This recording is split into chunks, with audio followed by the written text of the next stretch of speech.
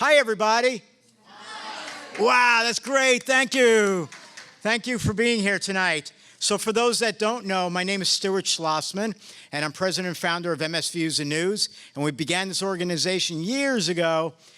Started off as Stu's Views, just sending out information all the time to a small group of 20, which has really taken over and is now reaching people in over 90 countries, the information we provide, and over 35,000 are now registered to our website, and that's something that we like to give woohoos about, okay? Right? Woohoo? There you go.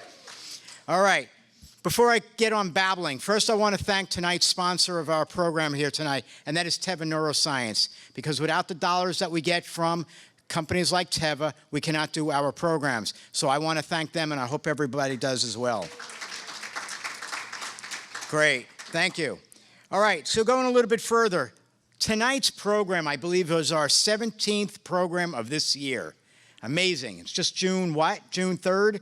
17th program. Once upon a time, we did only 12 programs in 1 year. Last year, we did 40 programs. This year, we have on our website, if you scroll down when you're at it and you scroll down, you could see this huge list of programs that we have coming up that we've already have scheduled to be done, and we'll be finishing the year. They're not even all here. It's just that people went crazy looking at it all. We're going to finish the year with about 45 programs. There's only 52 weeks in the year, everybody. All right? When do these get done? Now, in addition to what you're seeing on there right now, last week we were told that we're going to put in some grants. We're going to have 5 more to do. We're opening up more states. So we're going to be getting to Michigan. We're going to get to Ohio. We're also going to get back to southern Alabama, other areas of South Carolina, other areas of Florida. But all in all, we're going to be ending this year with about 45 programs. How do we beat that? We just got to add more people to our staff and volunteers, and that's how we grow. And why is this happening? Because people want to be educated with the comprehensive programs that we're providing, and such as tonight's program on women's health issues with multiple sclerosis. So we're glad that you came, and I do thank you, because we can't do these programs unless we have you all attending. All right, again, going forward, we added a social worker to our staff. So if anybody or your families need to speak with a social worker, you need to know about resources that are available to you, whether it be for medications or other services in the community. As long as you live in the state of Florida, it is a free service that MS Views and News is now giving to the MS patients and the caregivers. So on our website, at the top of the page, is a box that comes up. It may not be up there right now, but it comes up, and there's a toll-free line that you can go to. And again, you could just call it from anywhere in the state of Florida or anywhere in the United States and have access to our social worker. In addition to that, as I was saying about us video recording these programs, we have our own channel on YouTube. It's called the MS Views and News Learning Channel. And you can type that into the search box of YouTube if you just don't know where to look for it. Or you could go to our website and see that it is the second item down right there from where it says blog video. It says MS Learning Channel on YouTube.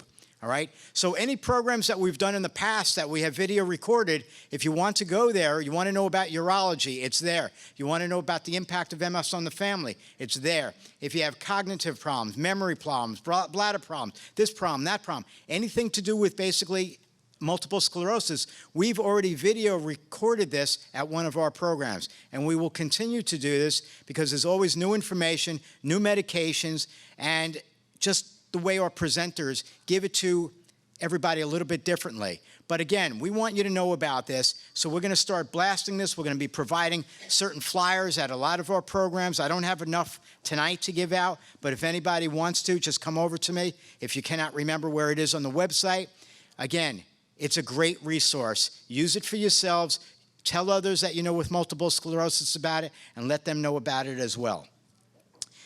So, in addition to that, we now have new trifolds that you're going to see at a lot of the neurology offices around with information about our organization. And we also now have a new office in Miami that is only going to be for our social workers.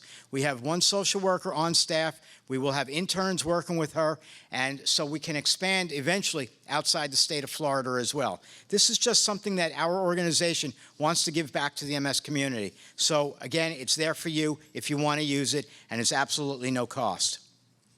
Next thing, tonight's program. Patricia Pagnotta, yay, is back again to speak. All right. And Patricia Pagnotta, you all will find out in a few weeks.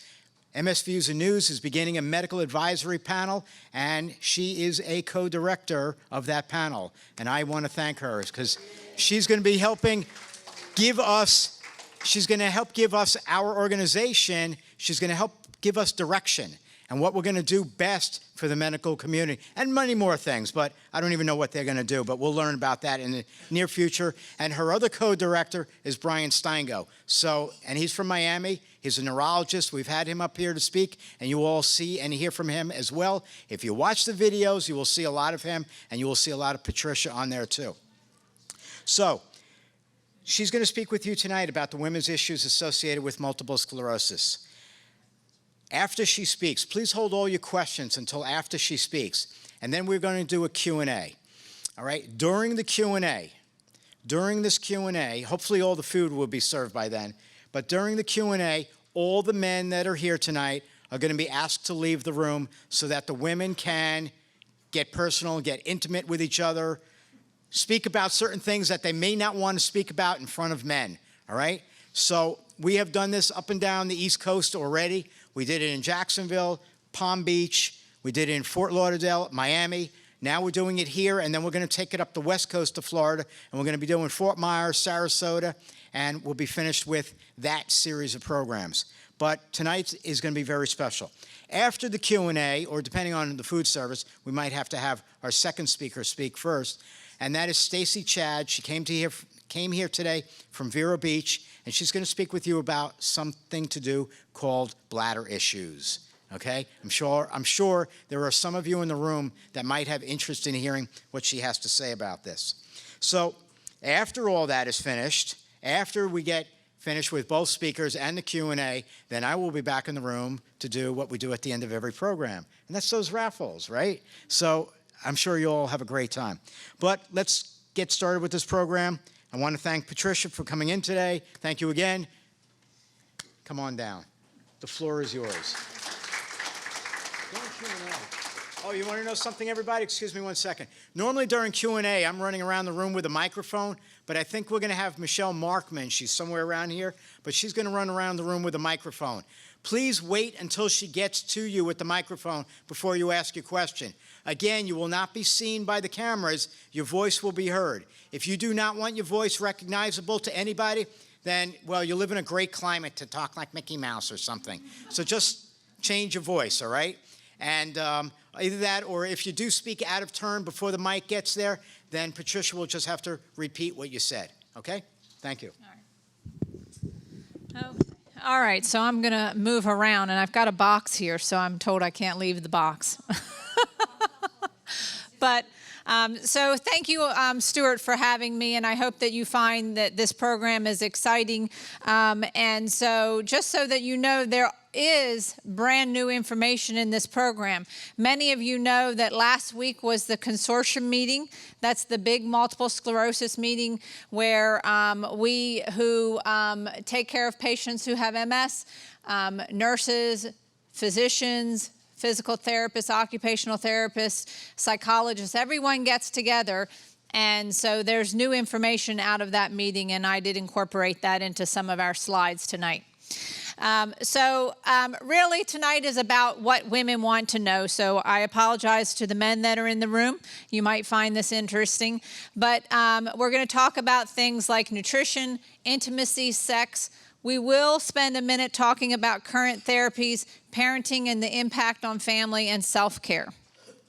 So everybody who has heard me speak has heard me talk about getting straight A's, your report card for multiple sclerosis. And you know, that concept is catching on. Many persons at the consortium talked about this thing called NEDA. NEDA means no evidence of disease activity. And so that means that you are free of having MS, so to speak, in any way that we can measure. So no relapses, no progression of disability, no gadolinium enhancing lesions, and no other lesions, either black holes or T2 lesions. That's what we call no evidence of disease activity, or NEDA, freedom of disease. If you're getting a report card that looks like that. If you are in that state of NIDA, then you are getting straight A's. If you are not getting straight A's, the list of drugs is up here. So you can see that we do have, and I apologize, I did not put the generic Copaxone up there. There is a generic Copaxone that came out, Glotopia, and that really, I don't even know where to put that in there, but I'll find a place for it. So there are 13 disease-modifying therapies. Teclistamab is before the FDA right now, and that's a monoclonal antibody that will be self-injected. And again, it's at the FDA. We hope to hear something by the end of the year. But the latest to market was Lemtrada. Prior to that was Plegridy. There's 3 oral drugs with Aubagio, Tecfidera, and Gilenya. There are the self-injectable medications, the Copaxone, Betaseron, Avonex, Rebif, and Extavia. And then there's also an infusion of Tysabri.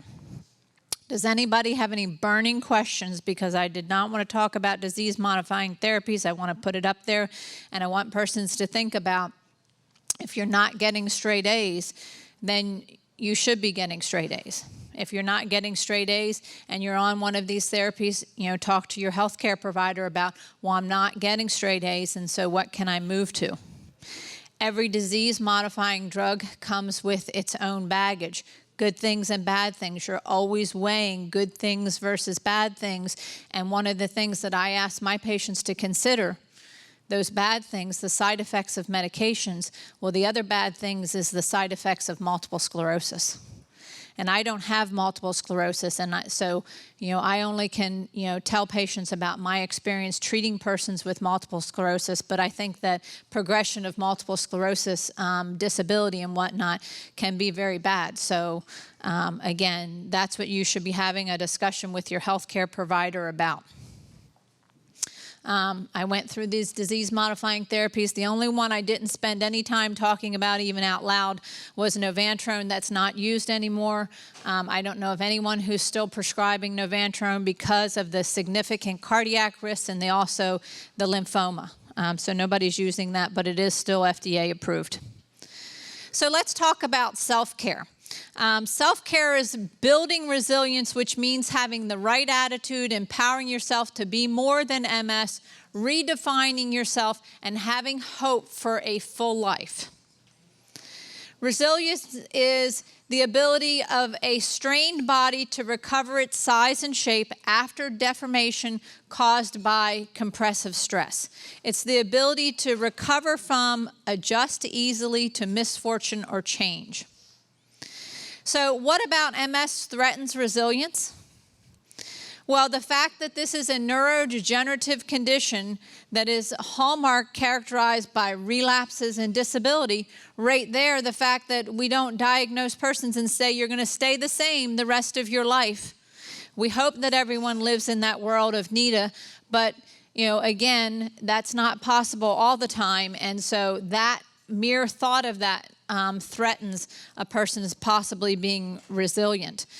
Neuropsychological complications arise directly from inflammation and also from the demyelination, the degenerative part. So persons can have stress, anxiety, depression, things that can also compromise resilience.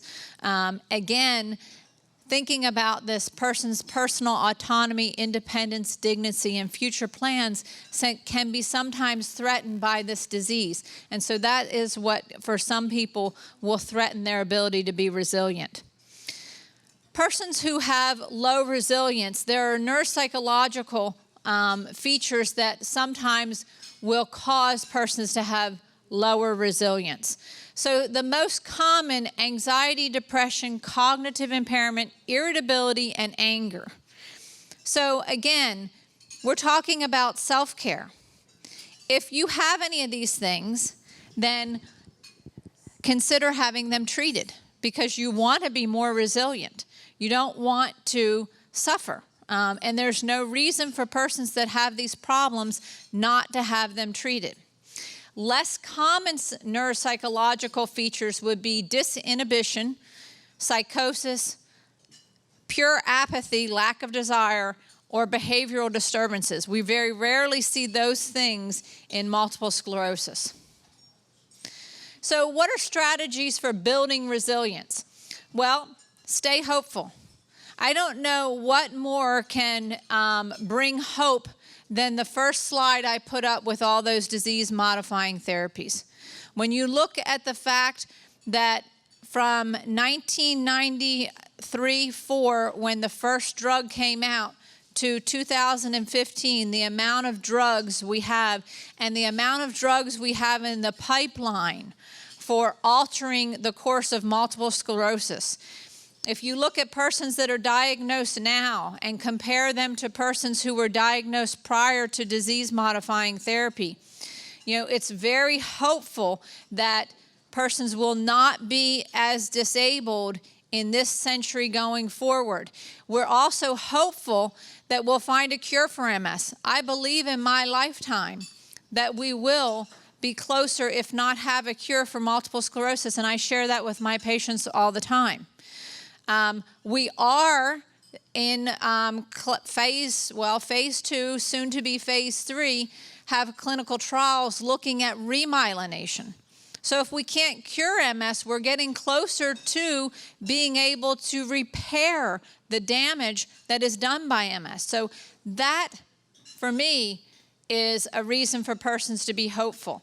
And so the other thing is thinking about if you can will yourself to be hopeful, to be positive. We know in clinical studies that that improves quality of life. So if you speak positive yourself, if you talk about these things that you have reason to be hopeful for, that links to having a better quality of life. And how do you do that? Well, you stay involved in your care. If you stay involved in your care, then you know about these things. So people that come into my office, sometimes we don't talk about all the latest things, just depends upon the last time I saw them. But some people that I haven't seen in a while, they'll tell me they have nothing to talk about, and I have a whole laundry list of things that I want them to hear, because I want them to hear it from me versus someone else. The other thing that's extremely important is that you build a relationship with your healthcare provider. Now, I think of your healthcare provider as someone in neurology, like a specialist, a nurse practitioner, or a neurologist. But I also think that you should have a good relationship with your primary care doctor. You should have a good relationship with other ancillary providers, whether they be mental health providers, physical therapists, occupational therapists, whether they be urologists, those individuals. And having a good relationship with those individuals, including your neurology team, means that those individuals respect you as an individual, that they accept that you have the right to choose. What I say is not God. And so because I feel one way does not mean that my patients need to go that way. There's a give and take and negotiation. And persons who have healthy relationships with providers, those individuals also can take into consideration ethnic and cultural aspects that persons bring to the table. Because we all see life through our own glasses. And so we don't all see things the same way, so we should respect differences. Consider a person's health beliefs and their own values. Some of that has related to cultural aspects and some not. Again, respects confidentiality. You should not hear your healthcare provider standing in front of an audience like this talking about you. They should focus on your well-being. So again, look for a provider that you can partner with. And other things for building resilience. Again, being self-aware. So again, we talked about some of those psychological features that may threaten your resilience. You need to be aware of what's going on to recognize those, or at least hear from other persons. To self-regulate your behavior or your feelings. To be optimistic. To think about having some mental agility. And that means purely not always think of things one way. Think, well, what happens if I would do it this way? Instead of always going A, B, C, well, what if I went A, D, E? How would that change? So thinking differently sometimes. Thinking about your character strengths. So if you're really good at something, maximizing that, and then maybe getting help for those areas where you're not as strong, and making connections. It's extremely important to make connections with others. So again, when we talk about character strengths, some of these strengths are wisdom and knowledge, courage, humility, social intelligence, justice, temperance, and transcendence. So looking at where you are in the milieu of these different character strengths and find out, where is your strength? What do you do better? Are you better at being hopeful? Are you better at being a cheerleader? Are you a good team worker? Do you have courage? And how can you build on that to help yourself be a better person, and sometimes also build on that to help others, and then others can help you. And also looking not only others within the MS community, but maybe others in your family and your other social networks. So think about, what can you do? I know when you come to a provider's office, we always ask about what you can't do, or what problems you're having, or how are you. But sometimes it's important, when you're not needing to name those things, to be thinking about always, well, what can I do? Waking up in the morning, well, it's a hot day. I'm not going to be able to go for a 30-minute walk out there. It's already 90 degrees. I can't do that. I'm not going to be able to do that. It's just too hot. I'll never make it through. But what could you do? Maybe you have a bicycle and it's air conditioning in your house, and you could move that in and put wheels on it and do biking in your house. Maybe you can't read a whole book and concentrate through the whole book, but maybe you could read 2 chapters, put it down, do something else, and come back to it. So thinking about things like that. Thinking about your medications in a different way. Sometimes persons think about their medications as, well, that medicine does this, this does this, and whatnot. But thinking about your medications as what that medication does for you, not to you. Thinking about MS as an opportunity versus a crisis. I mean, I can't tell you how many persons I have met over my years of treating MS patients who have turned this into a very positive thing. And yes, it does change your life, but out of that might come opportunities that you can use. Recognize when things are not predictable. And so when things are not predictable, again, that's having some mental agility. You don't want to be very rigid when you can't predict what's going to happen. So think about that, and think about things that you can be flexible with and control. Thinking about your diet, you can control that. Exercising, sleeping, hydrating, getting support, and having the right attitude. So these are things that can help you be more resilient. So examples of resilience are persons who are optimistic, who persevere, persons who feel strong, persons that are handling uncomfortable feelings. We all handle things but when you do that and you are successful at that, that builds resilience for you, makes you feel better. Persons who think clearly and logically under pressure. Now, it doesn't happen to be every time. Persons who see humor in situations. Persons who know where and who they can turn to for help. So again, if you build on your strengths, then you know where you're weak, and then you try to find persons that they complement you and make a list of those individuals. Persons who generally feel that they're in control of their life. persons who tend to bounce back from hardships or illnesses, persons who have close, dependable relationships, and over time linking challenges because of their aware of their capability to say, handle such situations. Liking is what I meant to say. So, persons who look for that because that motivates them to get better. Also having a sense that things happen for a reason and that you'll be able to take care of that situation. You may not understand it, but it happens for a reason, and you look for the positive aspect of that situation.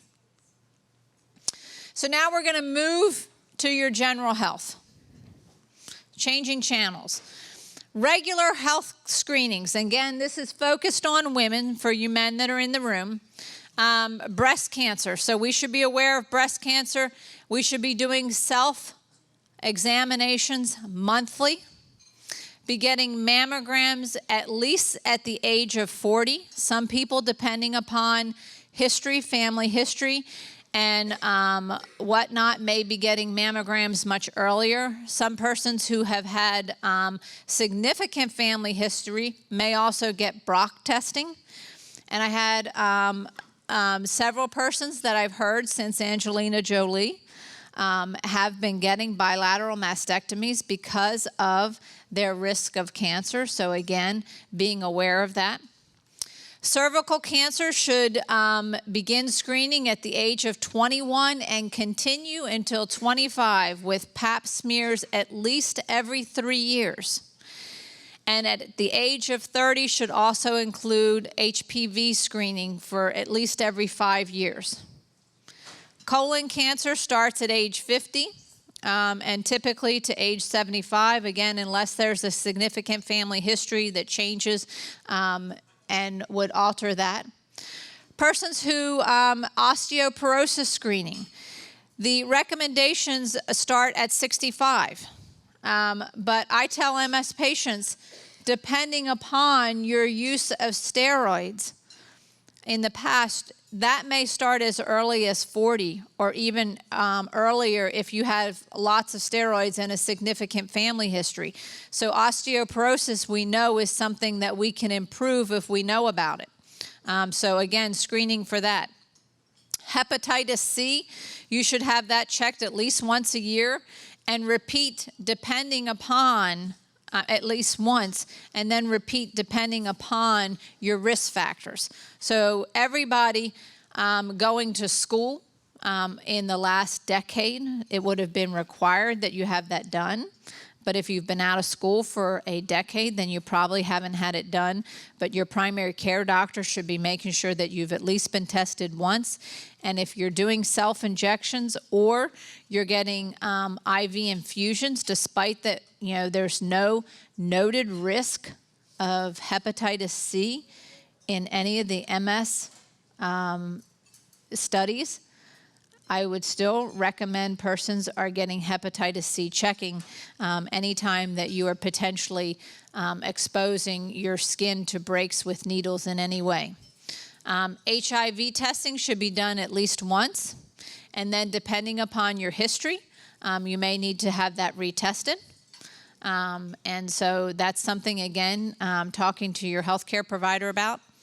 Lung cancer screening, again, starts at age 55 and goes up to age 80, depending upon history.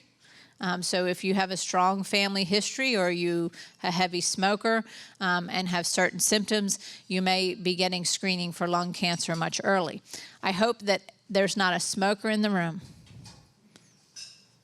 because I can't tell you the evidence, the mounting evidence that smoking, makes MS worse, your lesions, so the actual disease itself gets worse. You progress to secondary progressive much faster. Studies have shown that again and again, not to mention all of your symptoms will be worse if you're a smoker. So I hope there's no smokers in the room.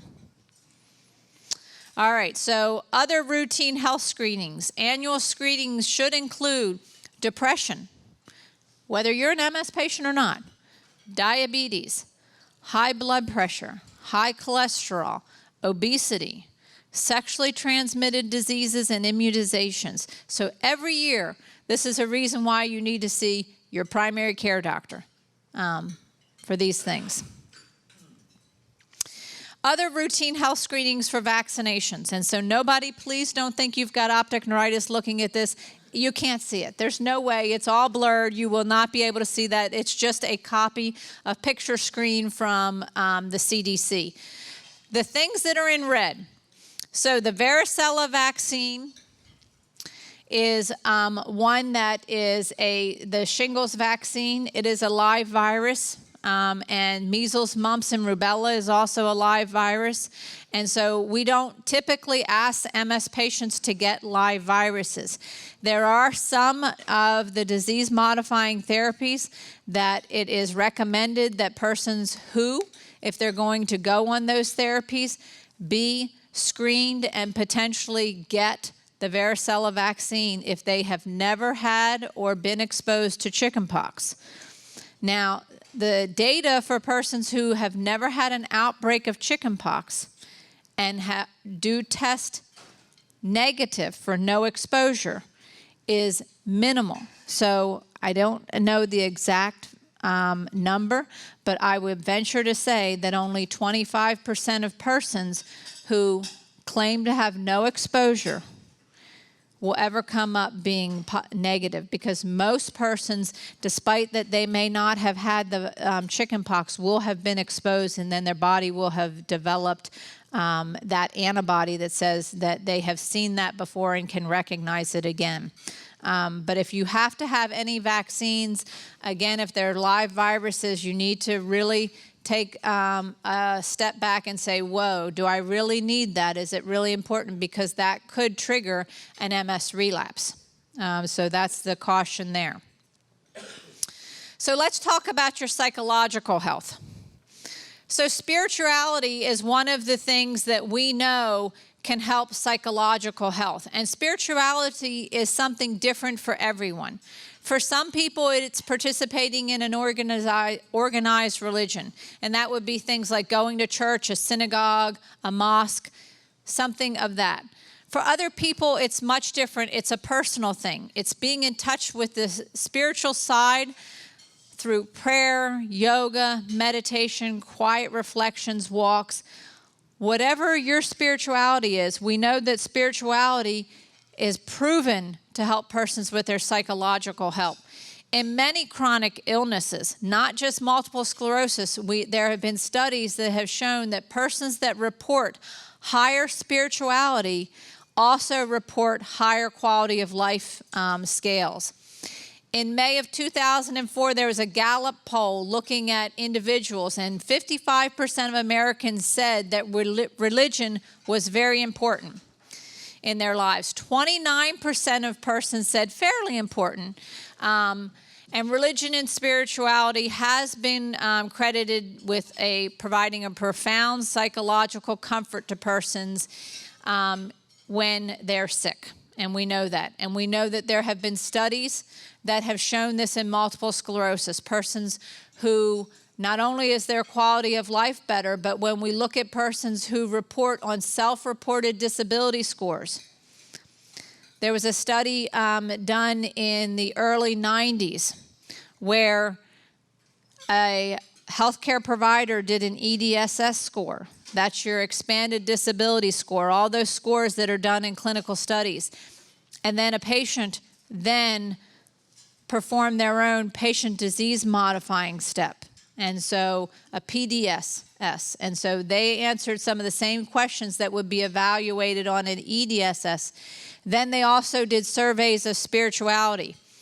Persons who had higher spiritual scores, it doesn't matter, again, it doesn't have to be an organized religion, just spiritual scores, also perceived to have less disability.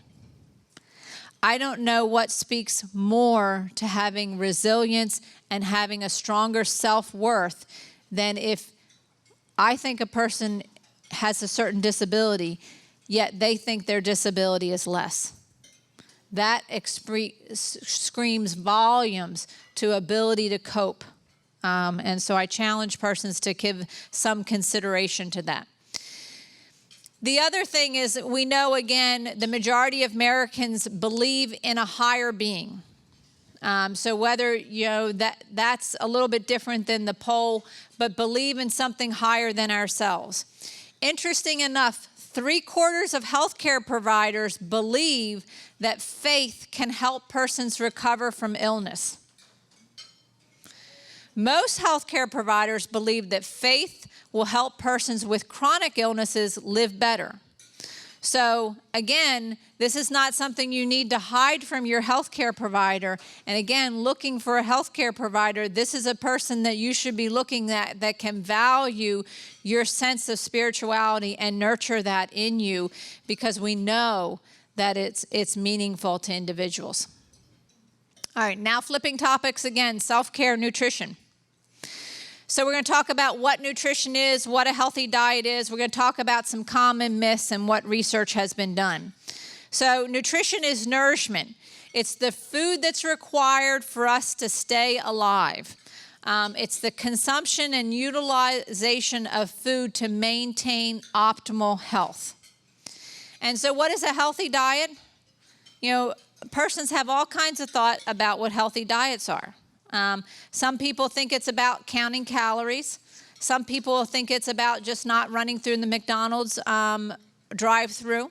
But really, it's about variety, proportionality, moderation.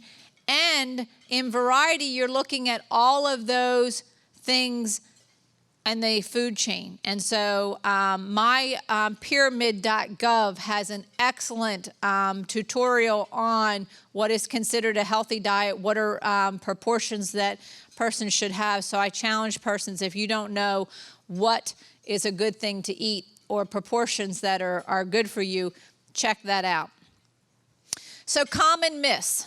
My diet caused my MS. I tell persons, your diet probably did not cause your MS, although we are learning that obesity, especially obesity in adolescents, is higher linked to the development of multiple sclerosis. So when we're doing genetic testing on individuals and we go back and look at persons that we have identified now 159, so that's the latest count, as of last week, 159 different genes that have been seen in persons with multiple sclerosis. So when we go back and look at those in individuals, persons who had some of those genes and also were obese at adolescence, had a higher risk of going on to develop MS. We know that salt intake, high salt intake, also is contributed to the development of multiple sclerosis. And so many persons have heard me talk about diet cannot cure MS. And we have not yet found a diet that does cure MS. Although we are looking at modifications of diet and what makes persons better. And so in looking at studies, some of these studies are done in animal models. So there was a lot of talk at the consortium this year about rats. We always talk about rats. Rats is how we learn a lot of things. We start with rats and then we move on to humans. And so we looked at some rats, and rats who had less saturated fats, their MS, when we gave them MS, their MS did not progress the same way rats who had less saturated fats. We looked at rats, and rats who were kept salt-free, that cured their MS. In a rat, we know that that does not cure MS in humans. We have to, though, then translate that to, if you are a person that craves salt, you should try to restrict your salt. Keeping it, no more than 2,000 milligrams a day would be a better way of living. We have often talked about polyunsaturated fats, that maybe this modifies the disease. We've been talking about this for a long time, and we've done studies, and we have not been able to prove that these polyunsaturated fats really do modify the disease.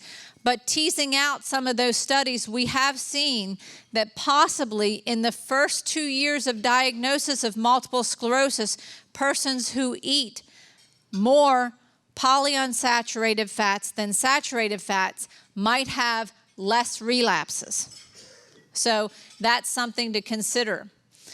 Dietary fibers produce these things called short-chain fatty acids, which are then produced by the bacteria in your gut. And we know that short-chain fatty acids, that's a tongue twister, promote anti-inflammatory effects and can modulate the T regulatory development.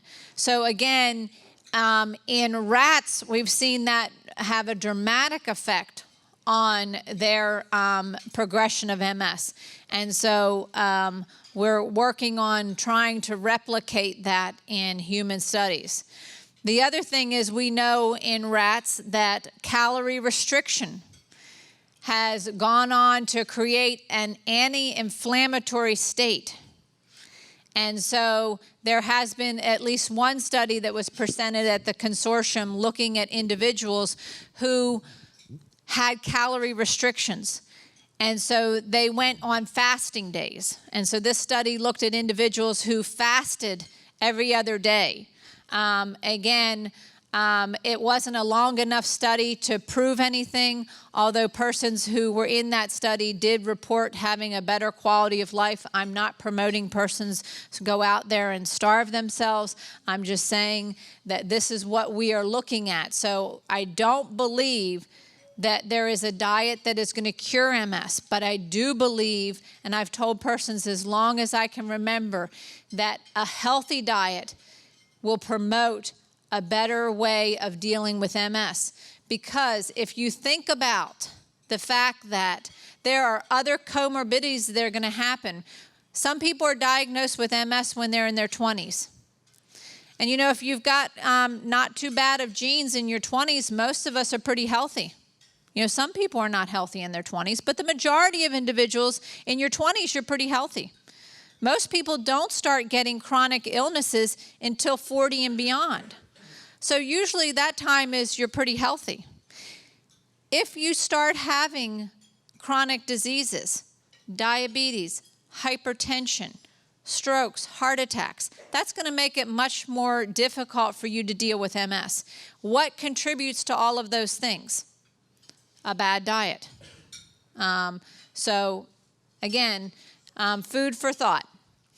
Multivitamins are good for me. Multivitamins are not good for individuals. I don't recommend persons take multivitamins at all. You should be eating healthy. You should not need to take multivitamins. And supplements can't hurt me because you know that the FDA does not regulate supplements. So I can get it in Walgreens, I can get it in Publix, I can get it in CVS. So it must be okay. No, we know that there are certain supplements that can do harm. So we're going to talk about some of that. Vitamin D is something that we've been talking about for years. We know that vitamin D is one of those environmental factors that contributes to the risk of multiple sclerosis. And so, you know, persons summarize, well, that's because we know that MS is worse in persons that live further away from the equator. They don't get as much sun. Where do we get vitamin D from? The sun. Well, you know, I've been in Florida now for a couple decades. And I've been treating MS for a long time, and I have yet to find very many MS patients that live in Florida that have adequate vitamin D levels. So we know that that's an independent risk. It's not just where you live to the equator. So we know that diets are not rich in vitamin D. So it's very hard to get ample amount of vitamin D if you're just looking at diet. You would have to start making sure that everything that you consume is fortified with vitamin D, like milks, cereals, different things that are fortified. We know that vitamin D is a fat-soluble vitamin, so potentially there is the possibility that you could get toxic on vitamin D. And until we understood as much about vitamin D, that was the big reason why some people didn't want to supplement vitamin D, because you could get toxic on that. It's very hard to make an MS patient toxic on vitamin D, I can tell you that. But toxic levels would be greater than 150 nanograms per milliliter. So we know that vitamin D regulates T cells, and T cells are the key players in your immune system that can either cause your immune system to be inflammatory or more anti-inflammatory. We know that sunshine for 30 minutes will produce about 10,000 IUs of vitamin D, and that's only sustained for 2 weeks. So that's, I'm giving the average one of my MS patients is taking a minimum of 50,000 IUs of vitamin D once a week. That's the average one of my MS patients. So you'd have to be spending an awful lot of time in the sun to get that. The optimum vitamin D level is closer to 100. I want persons minimally at 60. Now, when you read your vitamin D levels from the labs, they're going to start, depending upon the lab, say your vitamin D is normal anywhere as low as 25. So what is normal according to the lab and where we want a person who has a chronic inflammatory disease are two different states. So you really should be having your vitamin D level checked, okay? Vitamin C. We know that vitamin C can stimulate T cells and macrophages, and so I don't tell persons to supplement with vitamin C because it does stimulate your immune system. Does that mean that you can't eat foods that have vitamin C? No. We're talking about extra supplementation. So there's no evidence that persons that eat oranges and drink orange juice there's any problem with that. Just don't supplement more. Some people tell me, well, I use vitamin C because it helps me not have as many UTIs. Well, I would say try cranberry juice. It's not worth the vitamin C. We know that persons also use this to decrease the common cold and viruses, but that's not been proven that it really does that. So I ask persons to think about that. Vitamin B12. We know that vitamin B12 is one of those deficiencies, one of those MS mimics that we look for, because vitamin B12 deficiency severely can cause persons to have those white matter lesions in their brain and spinal cord. And so we know also vitamin B12 deficiencies, even that are not significant enough to be causing those lesions, can cause persons to be anemic, can cause fatigue, and cause persons to have sensory problems. So if you have a low vitamin B12, it's imperative that that is treated. And again, it's part of the mimic workup, so that should be done on every MS patient. And there's no evidence, unless you have a rare hematological condition, that vitamin B12 can be harmful to individuals. So unless you have a hematological condition that you're seeing a hematologist for because you have blood problems, which I haven't met an MS patient that has one of those, vitamin B12 supplementation should not be harmful to you. Now, omega-3 polyunsaturated fatty acids. Now, I just talked to you, I said that polyunsaturated fatty acids, we know taking those in your diet are better than taking the saturated fats, and we looked at those in rats. But we have not yet found that to be significant beyond the risk of taking that. So there's some mild immunosuppression. I would tell you go ahead and eat those type of things, but don't necessarily supplement. Because again, there's some problems with anticoagulation factors, antiplatelet factors. It can cause persons to have problems with medications for diabetes. It can cause interactions with antihypertensive medications and cause the risk of bleeding. So again, eating these things is different than supplementing. So choosing a fat, this would be a better fat to eat, but you don't need to supplement it by taking flaxseed oil, primrose oil, or anything like that. Enzyme CoQ10. Again, this is touted to have antioxidant effects and stimulates actually your immune system. So, anything again, for those of you who haven't heard, there is nothing wrong with your immune system. As far as the Army is there, all the soldiers are there. It's the chiefs, the leaders in your Army that are confused, and your immune system is intact. It's just confused and attacking your central nervous system. So you really don't need to put more soldiers on the ground. So when you're thinking about anything, if it's going to stimulate your immune system, it's not going to give you more leaders. It's not going to correct those leaders. Those leaders are there. They're not changing. When you're stimulating your immune system, all you're doing is adding more soldiers. And those soldiers are taking course from the leaders. And the leaders are saying the bad thing in this person is their central nervous system. And so go attack the central nervous system. So that's potentially what CoQ10 could do for you. It also causes liver toxicity. And so again, I encourage persons, whenever you're taking anything, make sure that your healthcare provider knows about that, because that's one of the things we worry about with most disease-modifying therapies, and sometimes it's not the disease-modifying therapy, it's something else. Caffeine. So caffeine is a double-edged sword. Many persons use caffeine to help with fatigue, to help them stay more mentally alert. But there's no data to substantiate that it really improves cognitive function. So other than keeping persons alert, there's no persons that on neuropsychological testing don't do any better with caffeine in their system than without caffeine in their system, as long as they're awake, okay? It has a diuretic effect. So when you drink caffeine, you're gonna have to go to the bathroom not too long after that. It's an irritant to your bladder and can cause bladder problems in and of themselves. And it also increases your risk of osteoporosis. And that's caffeine of all kinds, not just coffee, not just tea, sodas too. Alcohol. Alcohol is neurotoxic, which means that it kills brain cells. It also is a sedative to the brain. It can increase mood disorders and anxiety. It can increase the risk of suicide in persons who drink excessively. It impairs your cognition, increases your fall risk, and can also worsen your bladder function.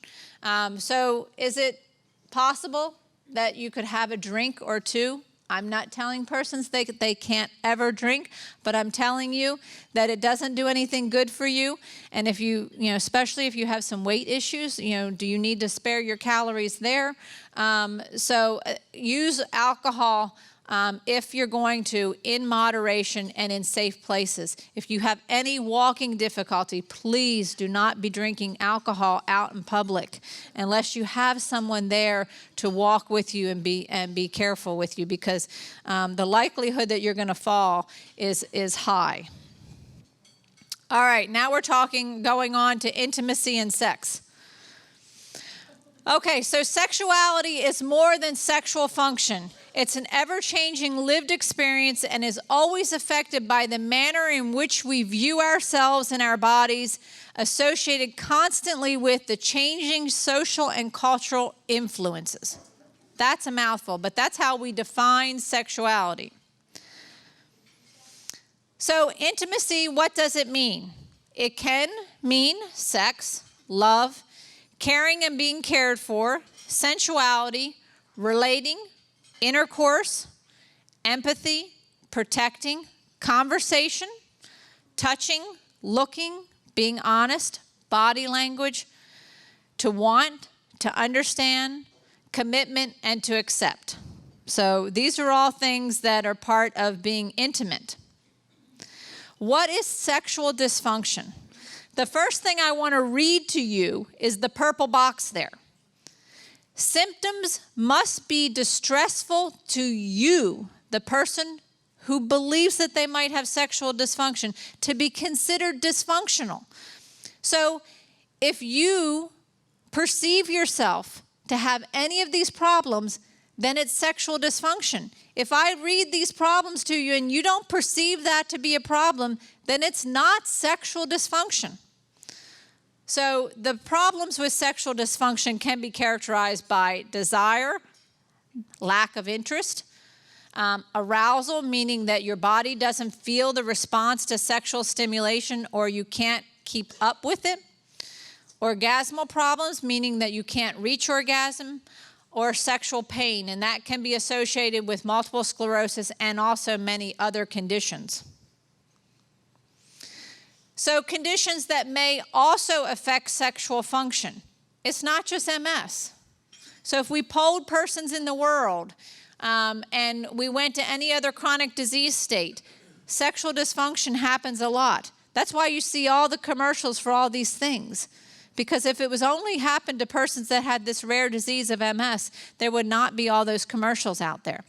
But it happens to persons who have diabetes, vascular disease, heart disease, lung disease, arthritis, urinary incontinence, cigarette smoking, menopause, other neurologic conditions, multiple sclerosis, spinal cord injuries, strokes, persons who are consuming alcohol, drugs abusively, medication side effects, antidepressants, blood pressure medications, anticholinergics, hormones, narcotics, and amphetamines. These are all other conditions in addition to MS that can contribute to sexual dysfunction. So the types of sexual dysfunction specifically in MS. Primarily, we're talking about the lesions. So your CNS lesions can cause a decrease or absent libido, can cause you to have altered genital sensations, can cause you to have decreased frequency or intensity of orgasms, can cause men to have problems with erectile dysfunction, can cause in women decreased vaginal lubrication or clitoral engorgement, can cause decreased vaginal muscle tone and sensory changes. So those are the things that primarily can be caused by your MS lesions. So secondary type of sexual dysfunction symptoms come from the symptoms of multiple sclerosis. Persons that have bowel and bladder problems, persons that are fatigued, persons that are having non-genital sensory paresthesias.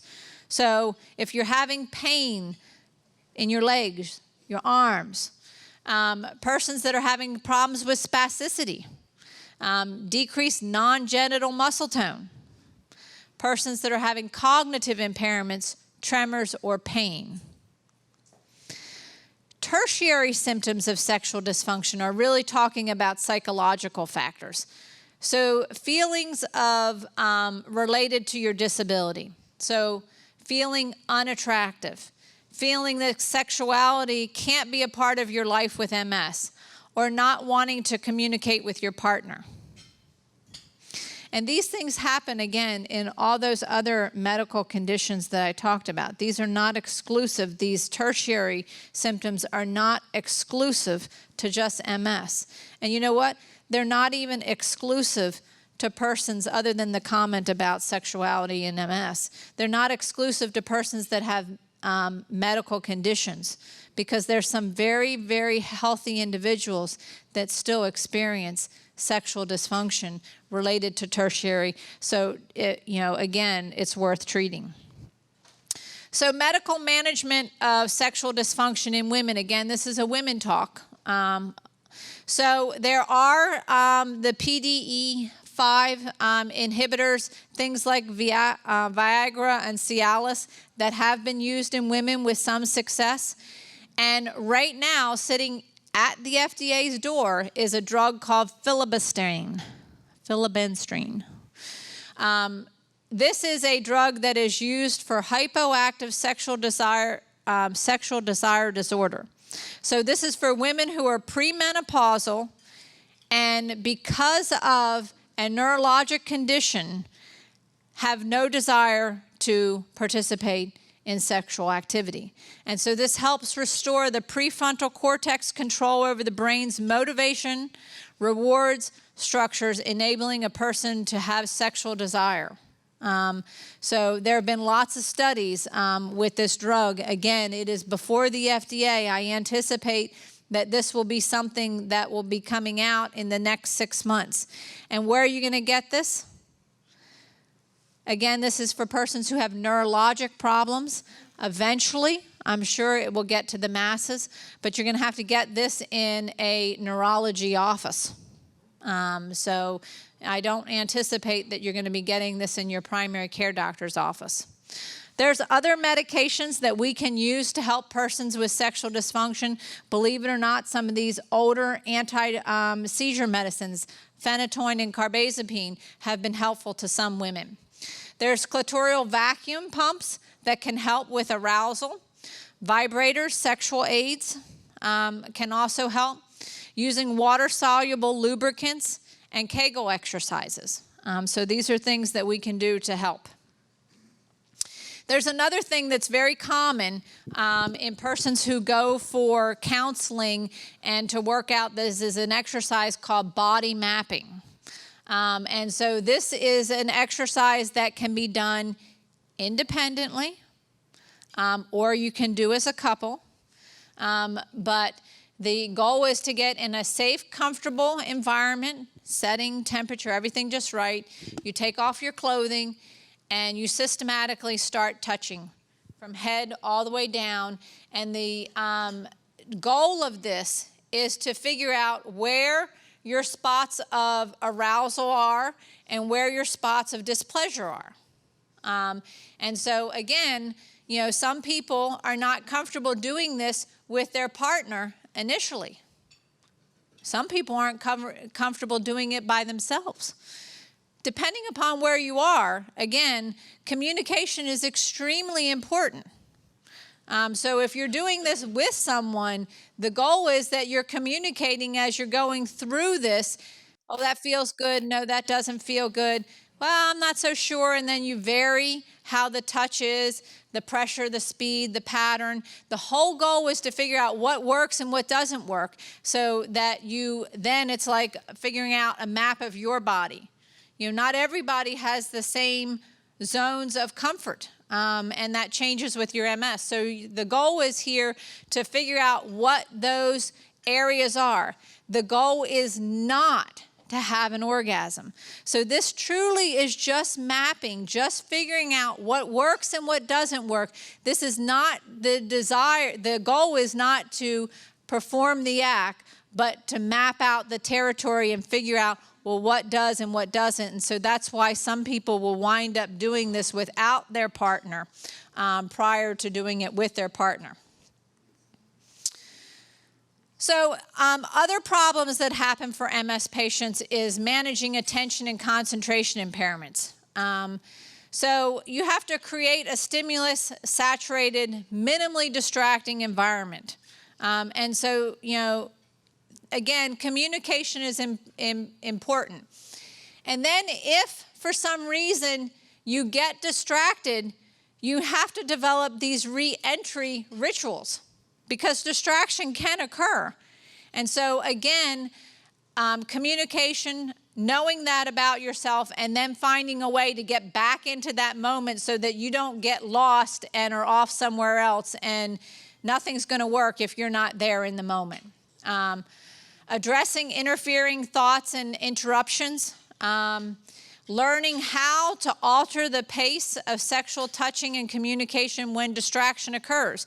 So again, you can, with body mapping, if you know that there's a body part that is much more sensitive than another, then if you get distracted, it might be very easy for you just to take your partner's hand and put them right where, you know, you're much more sensitive, and that might be a good cue that, hey, I'm, you know, losing. Increase a little bit more.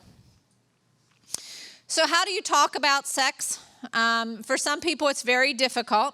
And so first and foremost, you should agree upon when and where it's comfortable to talk about this. And so I can't tell you how important that is, because, you know, I can't think of anything more embarrassing than, it doesn't matter whether you're a very open person or a very closed person. But anything more embarrassing than when you air what might be considered a private thing in an environment that is not considered private. Maybe with all the girls, it's a safe thing to talk about.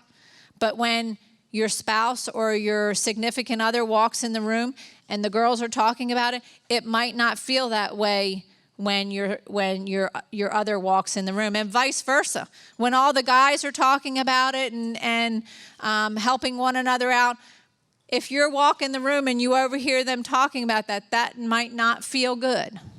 So again, knowing when and where. Some people need some help with things like books, handouts, videos, to help with, well, how do I start this conversation? It's very important when you're talking about this with your significant other that you are not criticizing or blaming, that you're just trying to get to a solution. And it's always better to, I feel, I would like, can we try this? Versus, well, you never, and boy, if you had just done this. So again, respecting one another's feelings, because, most persons want to satisfy both individuals. So, again, that should be important. Expect that if you ask your partner to do something for you, expect that you may get rejected. That doesn't mean that the person is rejecting you as a person. Maybe you're asking that person to do something they're not comfortable with, and you might, but maybe you can alter that, they together can, alter that request. It may be something as minor as, kissing in a different form. It might be something much more like living on the wild side, like maybe you ask your spouse if, hey, can we bring in somebody else? That might not go over well. But then get to, well, why do you want somebody else in the room? What is it about that excites you? And so trying to get to that, again, recognizing that, not everything will be accepted. And be aware of sexual feelings and preferences can change and fluctuate as this disease changes, and be cognizant of that. Using nonverbal communication assertively. Again, I talked about, taking your partner's hand and moving it. Don't assume, even if you went through the body mapping, don't assume that that person is going to remember or know.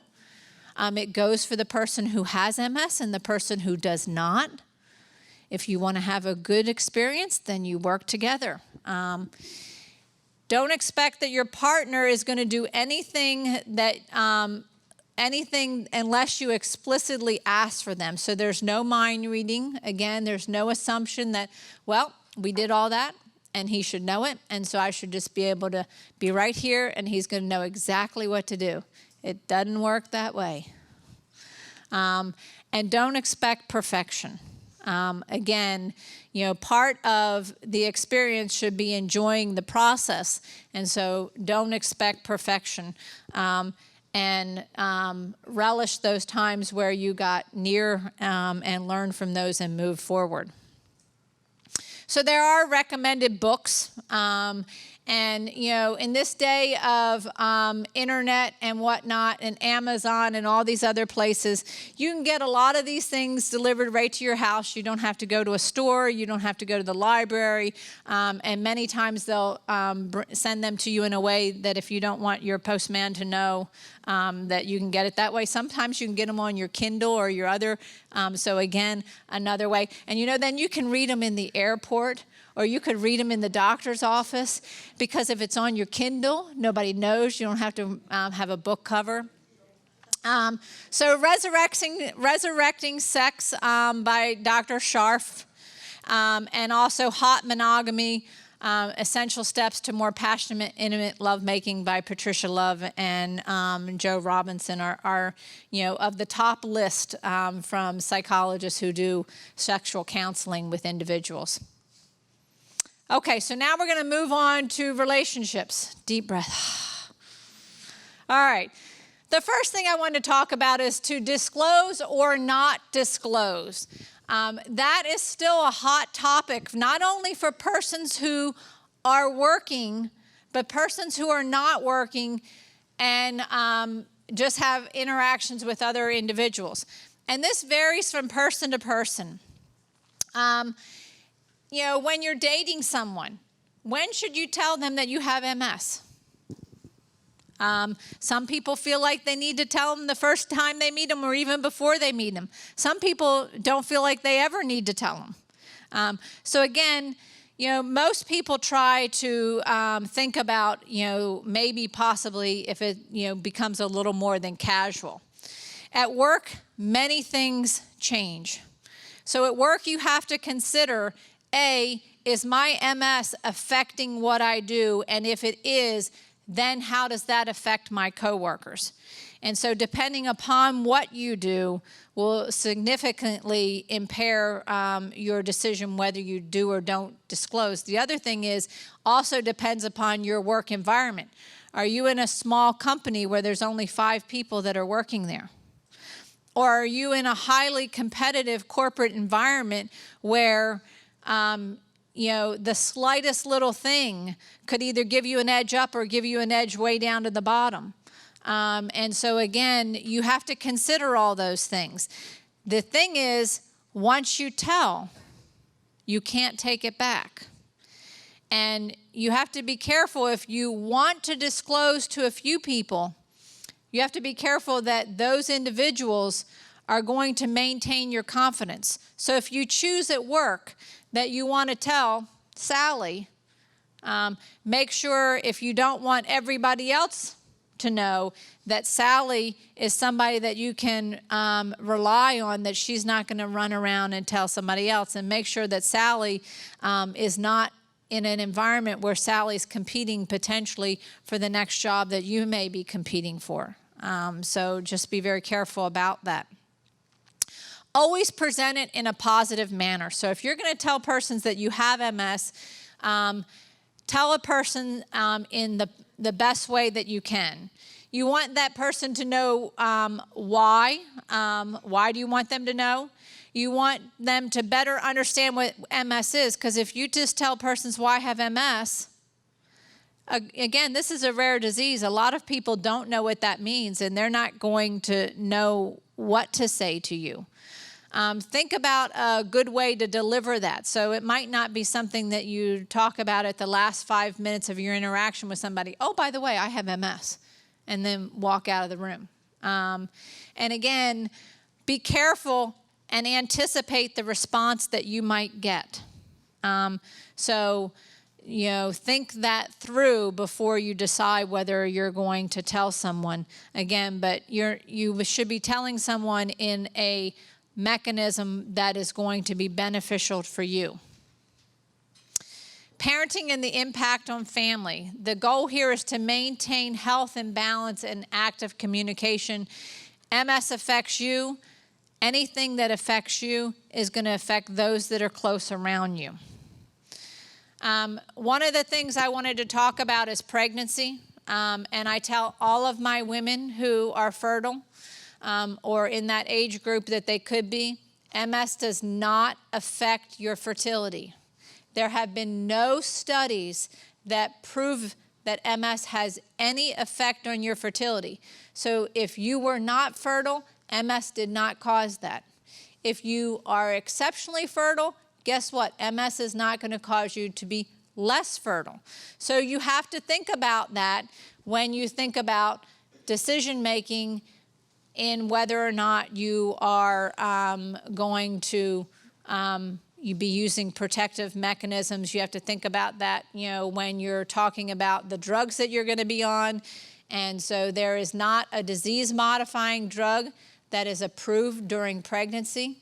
And most of them, we want persons to be off before they can even start conceiving. So think about that. So we want persons to use long-acting reversible contraceptives if they're on any disease-modifying therapy. Now, Copaxone does get a better rating as far as B. It's sometimes okay, but it's not a panacea that it's safe. The others get less safe. Abagio, because of its parent compound, got a pregnancy X. But again, in post-marketing, we haven't seen any more problems with Aubagio than any of the others. The bottom line is you don't want to get pregnant on a disease-modifying therapy, and all of the disease-modifying therapies do have pregnancy registries. So if you wanted to find out about whatever happened to someone who got pregnant on their drug, you can get that from the drug company. Or if you should get pregnant on that drug, then you would want to immediately sign up for that registry so that you can help the next person that might, and also they can tell you about those risks. During pregnancy, there is nothing about MS that necessarily makes a woman high risk.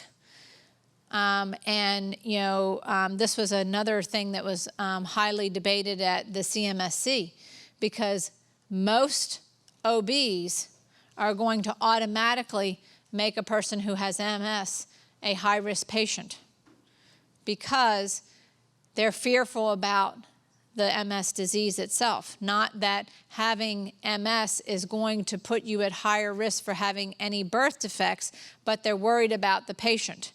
And so anything during your pregnancy that could happen to you, if you fall and you get hurt, you could potentially hurt the baby. The OB wants to have that clearance. So most OBs are putting persons immediately into high risk. And so even if you weren't on a disease-modifying therapy, you plan that pregnancy, know that potentially you may be referred to a high-risk OB. So talking about the diagnosis with family, so family's response can be totally unpredictable. And it depends upon, again, a lot of other things. You have to think about what was your relationship with family members prior to the diagnosis. So if you didn't have a good relationship with your family prior to MS, and you tell them you have MS, you may get a lot of sympathy. You may get, I don't know. So think about that prior too. Think about how was your ability to communicate openly and effectively with family members prior, and how is that going to change? You also need to consider financial status. And so, depending upon whether you have a lot of resources or minimal resources, when you tell your family members you have multiple sclerosis, the first thing that they may be thinking about is dollar signs. Oh my goodness. Maybe she's not going to be able to work anymore. Maybe even if she wasn't working, that's going to cost us a lot of money. So thinking about those type of things that might cause persons to have reaction. But the good thing is that oftentimes MS will help persons grow closer. And if you have a healthy family relationship, most of the time that can become stronger and you can get support, but know that you also have to give support too. That's related to the diagnosis. So how do you help persons cope better with this in families? Well, the first thing is educating.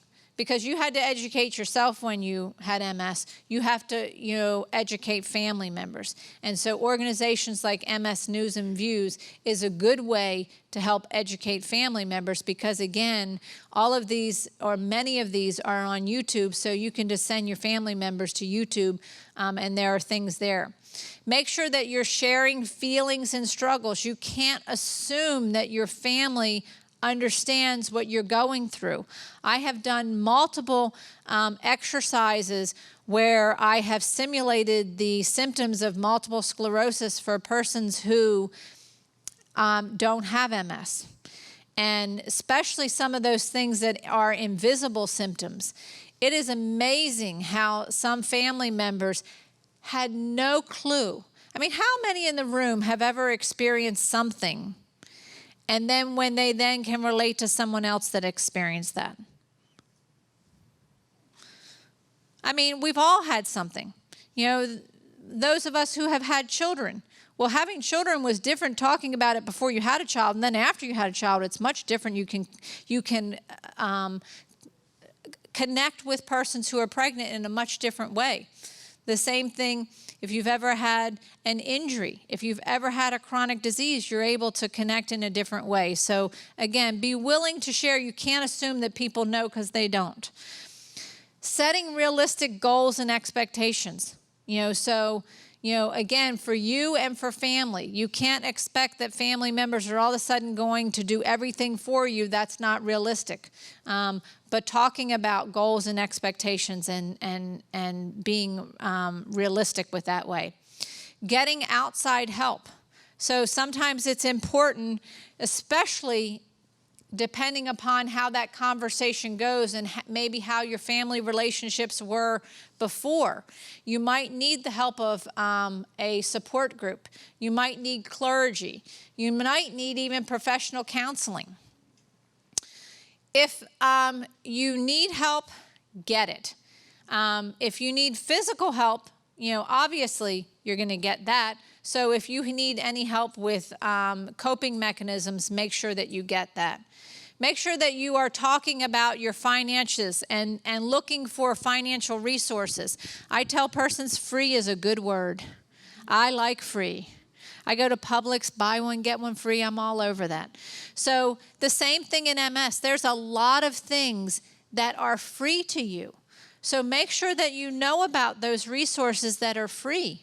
Make sure that you take advantage of what the drug companies and different organizations have to offer you. Because that saves your resources. Maybe you could pay the copay for something, or maybe you could, get your own cooling vest or something. But if somebody's willing to help you out with it, that's something that you could use another day. Find new activities. Maybe your MS has challenged you that you can't go to Disney all day long with family members and you always did that before. But maybe you might need to do something different. Or maybe you go to Disney and you spend more time in the air-conditioned areas.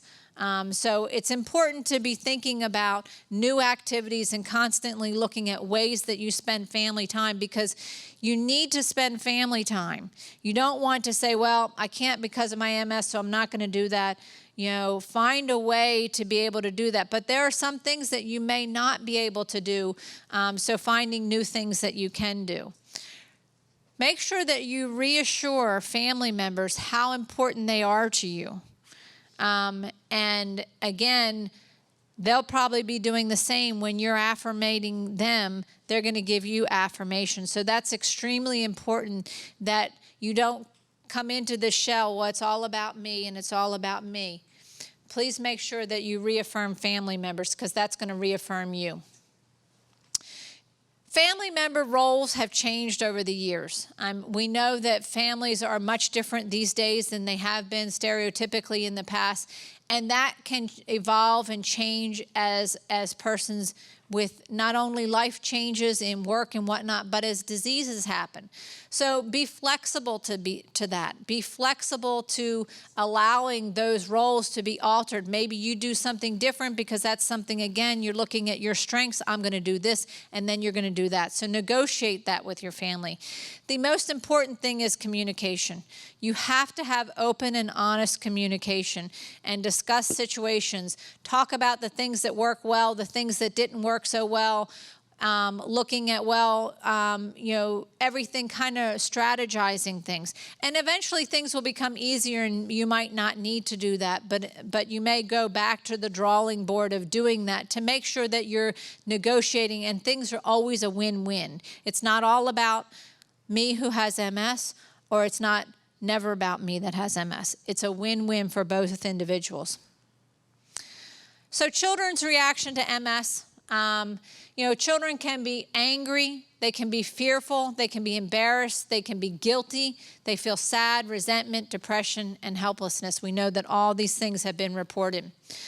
So children's behavioral response to this, they can suddenly become worried about their own body and their own wellness. They can have difficulty maintaining close relationships, have higher levels of anxiety and stress.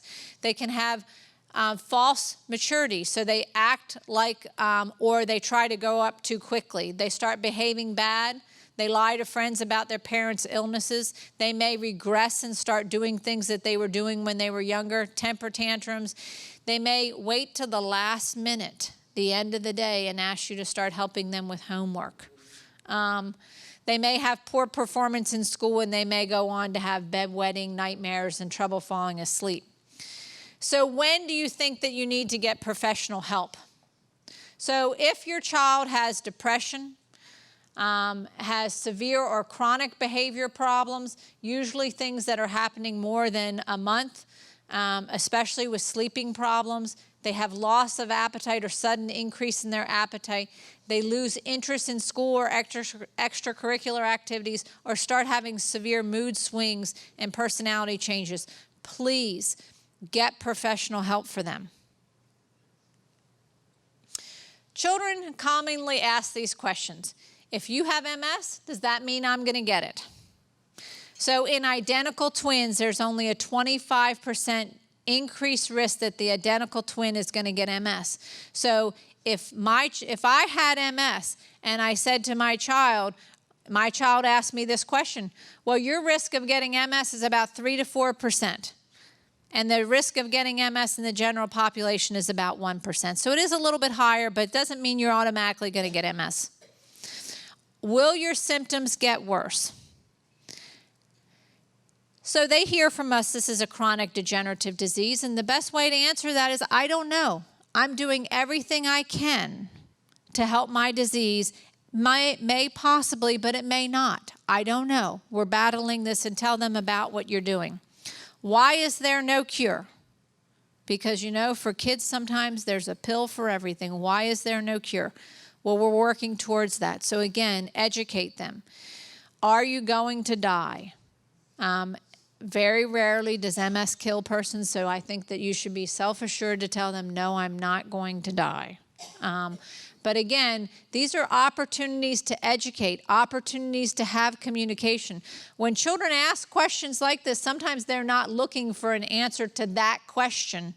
They're wanting something else. So if you don't feel comfortable when they ask a question, initially answering that question, ask them a question. Ask what it is that's motivating to ask that. Maybe they ask, are you going to die because their best friend or somebody at school just lost their mother, and they really want to talk about that, and they're really not thinking that you're going to die, but they just want to, so if you don't know the answer or you don't have an answer for them, just start dialoguing with them. Again, that may open up, and again, it's communication. It's time that you're spending with your child. Again, I would ask that you refer out to many of these organizations have support programs for children, and look for those. So now I want to end with a couple thoughts. The happiness advantage. We know that happiness gives your brain the competitive edge. It's a misconception that success breeds happiness. It's the opposite way. Happiness really breeds success. Happiness is a choice. Happiness is not waiting for things to potentially become successful, but going after those. And there's no single meaning of happiness. Happiness is relative to individuals. What makes me happy might not make somebody else happy. What makes somebody else happy might not make me happy. So you have to think about that and how it enriches your life. But I ask for you to think about how you can be happy. There's this thing called the MS Blueprint, and it's at www.msblueprint.com, and it's a program that was with the IOMSN and Biogen sponsored, looking at ways to help persons achieve this happiness. Helping them, you go in there, it talks about happiness and goal setting, and you actually can do your own blueprint to setting goals and planning. You can modify that. So I challenge you to go to that website and create your own blueprint for success. And on that, I'm going to end my talk.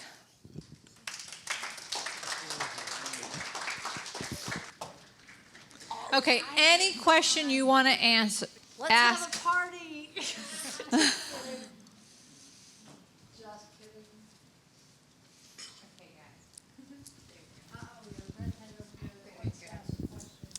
How do you open the discussion about intimacy with a partner, or a married partner or not a married partner? How do you open that conversation? That's a very good question. So sometimes persons who have difficulty doing that, you could, just like you do with your children, maybe talk about a hypothetical situation, like a friend told you this, and you can make up a story. Or you can maybe get one of those videos, watch a video, or talk about something you read, talk about an article. But, the most effective way, because eventually you're going to get down to hopefully talking about what I feel and, I heard, and can we do, so getting it back to, however you start that, getting it back to what you desire to get out of that communication. So if your desire is that you want to have conversation about what works and doesn't work, start with, I feel this. And, my experience with most men is that they like to be made to feel better. And don't we women like to be made to feel better? So you might try initially talking about good experiences you've had or things that you value in them, and maybe a good time that you had in the past, and boy, wouldn't it be nice if we could do that again? Or I remember when, and emphasize their good traits and build on that. Good question. And now I gave an answer, but my answer is not necessarily. If anybody has anything to add to that, please, again, question and answers. This should be a discussion. This should not be. So if you have something to add to that, remember, I don't have MS. But if you have something to add to help one of your sisters here, please feel free to add to my conversation.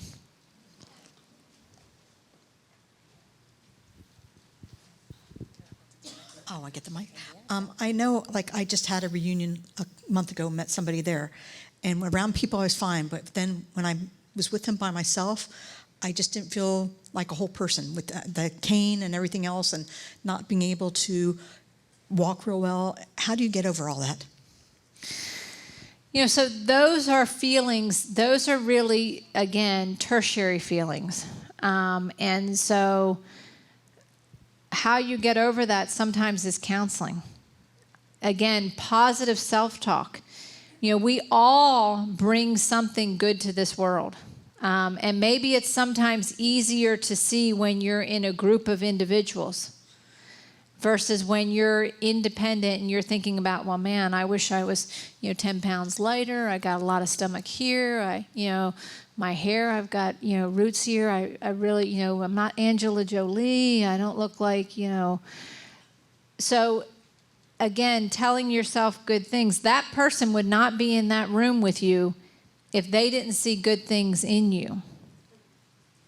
Just don't feel like the whole person still, Dating again, you just don't feel like the whole person. It's hard, and it's hard for people who don't have MS too. But again, don't sell yourself short, because especially in situations where that person knew that about you prior to being in that room with you, they might turn that around to, it's not you, you're automatically judging me. Because, I've had persons say, well, I was willing, I was able to accept, but that person wouldn't allow me because of their own self-feelings.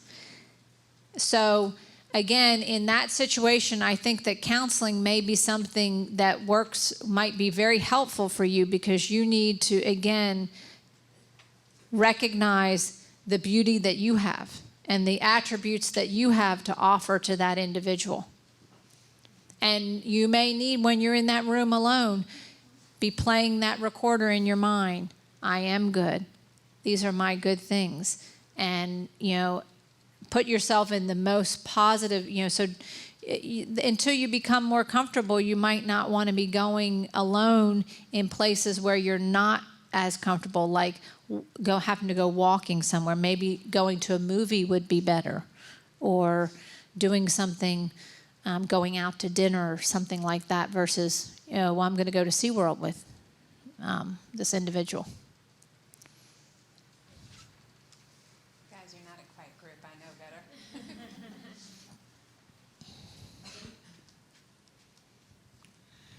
When you were talking about the all A's, would that be considered as being in remission? Because I was watching the news one day, and I can't think of his name. He ran for president. His wife has MS. Ann Romney. Ann Romney. She said that she's in remission for MS. Would Right. that be all A's, or Yeah. would that be considered?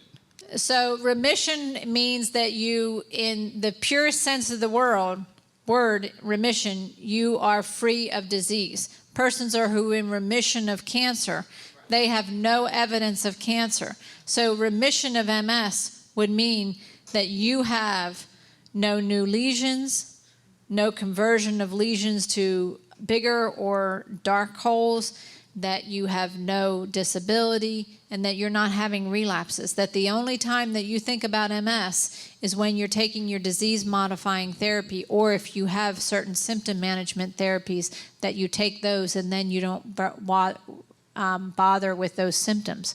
So The time limit that you would give it, what's the time span that you would say, okay, it's been 3 months with no relapses, or?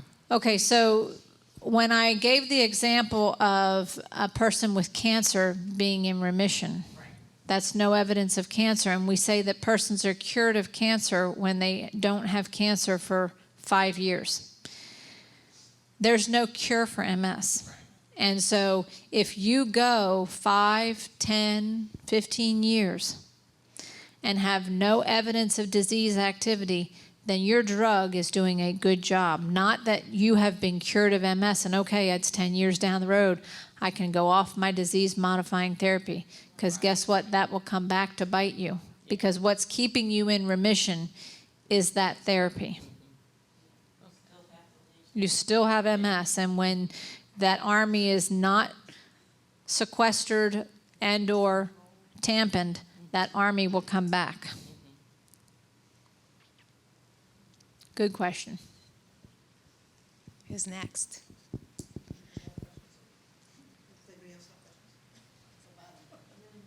Don't feel bad. We're creating a discussion, right? When you're talking about vitamins and things like that, what about probiotics? So probiotics are, under great debate because if you looking at some of the presentations at CMSC this year, specifically looking at the gut, we have more immune cells in our gut than we have in any other place in our body. So our gut does play a huge role in our immune system. And they even looked at rats, if you could get a germ-free gut, then the rat could be cured of MS. We can't do that in humans because then we would not be able to digest any of our food. The probiotic thing is being able to have natural bowel movements and keeping your bowel movements regular. So there's nothing that I have heard that probiotics are bad for you, but that you can't keep yourself regular and expect that that's going to cure your MS. So there's nothing bad about probiotics, but taking a probiotic is not going to eradicate your MS. I have a question. I heard a speaker a couple of days ago say that everyone who has relapsing remitting eventually becomes secondary progressive. Is that true? Well, before we had disease-modifying therapies, yes, that was, because we had no way of slowing down the disease. And so in this day and age, there are persons that have long outlived that natural history. The natural history, when we talk about natural history of MS, we're talking about the MS that is left totally unchecked, no disease-modifying therapy. So in the natural history of MS, after 10 years, more than 50% of persons were transitioning to a more progressive form of MS. That didn't mean that they went without having any relapses, but they were starting to mount disability, and disability was getting worse and worse. So before disease-modifying therapy, yes, that was true. In the advent of disease-modifying therapy, that is no longer true. Well, before you have to interrupt and tell everybody, we're here for a certain purpose. And that was intimacy and sexuality and that type of stuff. And nobody ever brings up the questions about, we know she's talked about the books and about the films that can go, but the toys that are out there available to help us. And I know we did that before, and all of a sudden you went, nobody's asked about. So yes, the sexual toys. So there are a plethora of toys out there. And there are people that will do toy parties. I encourage persons, it doesn't matter how your sex life is. I encourage persons to go to a sex party. Because, you know what? I mean, what's a sex toy? No, it's a sex toy party. There's parties like that, I'm sure. But yes, thank you for correcting me, a sex toy party. And there are things, I mean, I don't know if I look it, but I definitely am over 50. And I was born and raised in a very strict Catholic family. And so there are things that I saw in magazines that I'm like, whoa, I never even saw that before. So you would be surprised about what there is out there. And you would be surprised how persons who have no problems, health problems at all, the things that they do to help themselves out. So part of a lot of what is difficult for women in MS is those sensation problems, the lack of sensation or the inability to restrain that. And so there are an awful lot of things out there that will be much more arousing. Now, let's say, you know, you're a woman of my age, maybe you're married to a man of my age or older, and maybe they don't have the stamina to perform as much stimulation as you need to arouse you. That can be a killer. So what do? You get one of these toys that does all the work for them, and you can even do it for yourself. And they have ones now that work in both areas. So they have ones that will simultaneously work your clitoris and in your vagina. And, you know, that can be very helpful for individuals. Also, at some of these parties, and if not at these parties, you definitely can get them in many online sites. There are also other things, not, quote, toys, but other type of positioning aids that you can get. So a lot of persons with multiple sclerosis have problems with spasticity. And so obviously you want to be taking your antispasmodic medications. But in addition, you have to find a position that is comfortable for you. And so some of these positioning aids, pillows, different there's some plastic pieces that are lined that can help get you in a position that is comfortable and will help you maintain that so that you can be a willing participant. And, you know, most of us, you know, for eons, as I can remember, know about oils and lubricants and different things because, you know, even women that don't have MS have problems with vaginal dryness. That happens in menopause for most women. So there's nothing wrong with that. And there's a good number of women that I know that use condoms because they come with all these different things on them. That lubricants, stimulants, what am I trying to think of? Yes. Right. That, ice, heat, all these different things that will actually can be stimulating to individuals. So, again, those are things worth, just checking them out, trying them. A while ago, when I was first diagnosed up north, I went to a support group that was guided by a social worker. And she had brought up the topic of sexuality and intimacy and so on. And basically, it was a small group. The men just slid under the table. And the women kind of said, well, I'm done. I live alone. What do I need to know about sexuality? And I just laughed and said, well, as long as I'm breathing, I still have a relationship going. It's with me.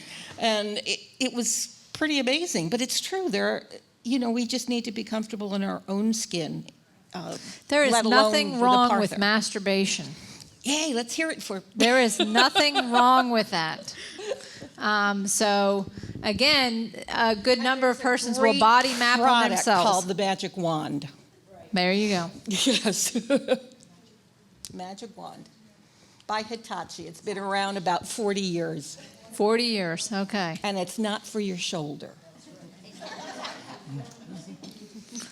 But you could buy one for your shoulder that may work in another area too. So if you don't want to go to Fairvilla, you could buy something for your shoulder that you could possibly use somewhere else. I went through the airport traveling, and the woman, I swear, pulled it out and said, "What's this for?" By the cord. Oh, I think I would have had so much fun making her turn 5 shades of red. You were there, right? So. You just told her yes, it's for your lighten the load here. Thank you. I heard they told her the truth. My turn? There you go.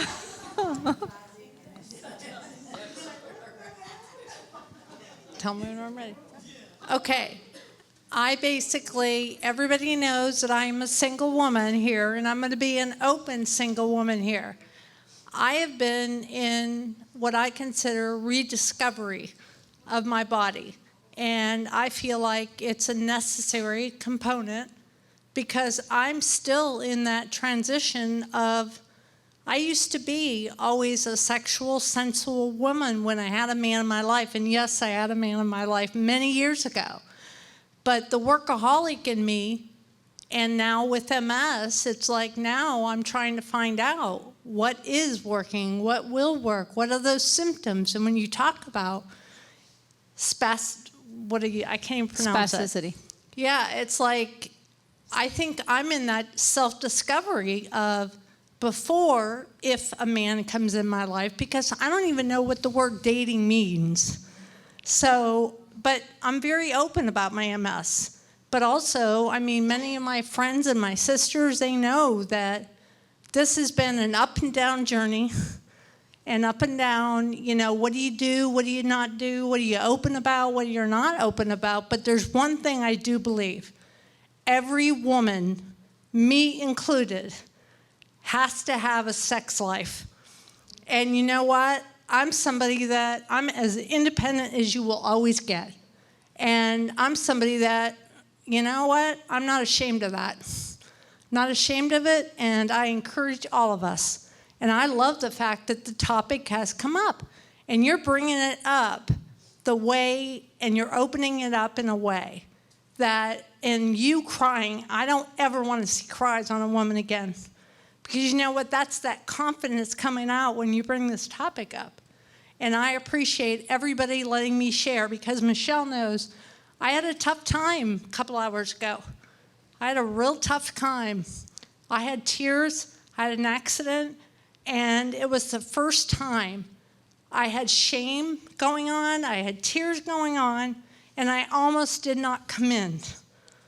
And now I feel like now we're all laughing. We're all getting the courage, but we're all having the confidence to share. So I thank you all for that. Amen. And again, just like everything else in life, if you can't love yourself, and remember, intimacy is more than the actual act of sexual intercourse or orgasm. But if you can't love yourself in every single way, nobody else is going to love you. And when it comes to, if you have difficulty, if you don't know what those areas are and don't master those, then you're going to be more insecure in front of someone else. How many persons remember? I mean, I'm assuming that most people in this room are not virgins. How many persons remember their first experience?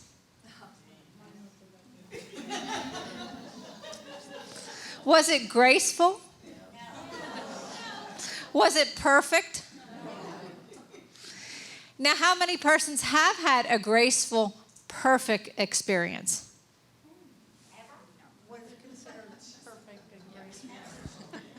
And so there was a process to getting there, right? It's the same. MS, not MS. It's the same. There is a process to getting there. And the process can be ups and downs, good and bad, but, you know, I think it's worth it.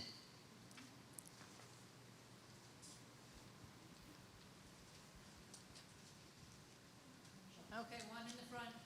Okay. Didn't see you. Got to raise your hand high. I know you all were talking about toys and everything. Well, I want to find out if I was still working down there, and I couldn't get anybody to go with me, so I finally said, the heck with it. I went to Premier Factory Outlet. They were so wonderful there. I mean, you walk in the side, first you feel like, you know, really strange. I never knew there were so many different things there. And they explained everything to you. They made you feel at home. And I mean, it's the best thing I ever bought. I hate to say it. So this is Premier Factory Outlet. OBT near Americana. And they were the nicest people ever. What was the name of the store specifically? Premier. Premier. Yeah. Factory Outlet. And if you go on your website, and look, they have coupons. Coupons. Yeah. I mean, Free coupons. It takes like 15 or 20% off, which is a lot. Yeah. But they have everything there. They have toys, they have clothes, they have everything, and everybody there is women that you could talk with, you know, and they explain everything to you. So we need to go on a field trip. I can see a field trip in our future. Sorry, I didn't mean to snort. But they were so nice. And I finally said, you know, I was going to treat myself, and I'm glad I did, you know. That is wonderful. That is great. Well, as we've mentioned, you can go online. Adam and Eve is a great one. Good, yeah. And there's another one out of California, Fredericks of California. They have stuff in that, of Hollywood, yes. But even in every community that you go to, they have closer to the truck stop areas. You know? In Daytona, you go down International Speedway, and there's one there. And there's one down on Ridgewood, right in the Red District. And when I was teaching, blind consumers, and I did have a couple of blind, you know, husband, wife, and they had just moved to the community, and they wanted to know where to go. And so you don't want to know, felt embarrassed at first to take them in there, but they wanted to know how to get there by transportation and what was in the store. And at first they wanted me to explain everything, and I said, look it. There's a young lady over there. Yeah, there's a young lady over there that just, whoa, my goodness. And because whatever she came out from in the back room, it was very see-through. And so I was explaining that to them, but then I said, no, now she can explain the rest of the stuff in the room to you. You know, so it was one other person that I took to the one on Speedway. It looked like an old, you know, the things that you strap people in, the wooden as if you were going to stretch them or something. And this one person that I would take places, I mean, we'd always get ourselves into confusing, hysterical type things, and she keeps bringing those things up nowadays. when we meet new people. But yeah, there are so many things out there, and all different types and discrete type things that one of us could be having one on our body right now and enjoying it. That's right. That's right. That's right. Now, how many people read the book, The 50 Shades of Grey? Has anybody seen the movie? I haven't seen the movie yet.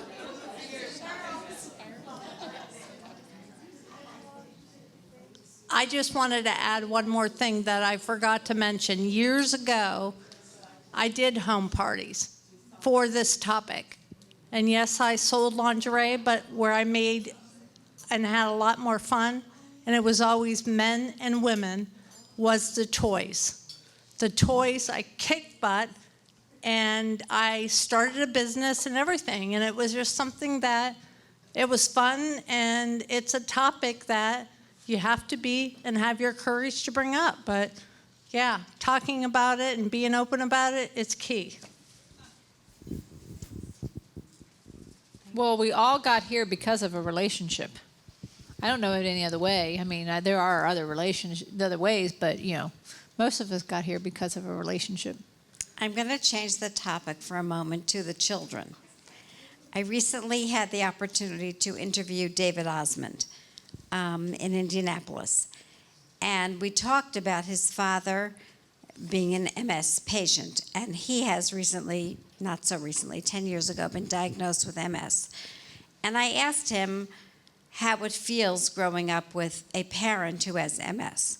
Thinking about my own children, and do they worry about getting MS from me? And he told a beautiful story about his father, and his father's his hero, and he feels so close to his father. And I'm wondering if anybody else has issues with their children and wanting to know how to open a conversation with your children. I'm talking about, older children, almost adult children, and getting them to open up about what they feel about having MS, and again, how to open that conversation with them.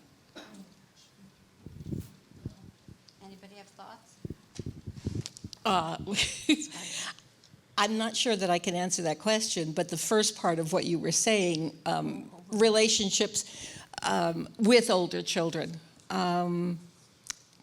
There are times when I just have a brand new grandson, and his mother, my daughter, very bright girl, but I never changed his diaper because she was sure I was going to drop him.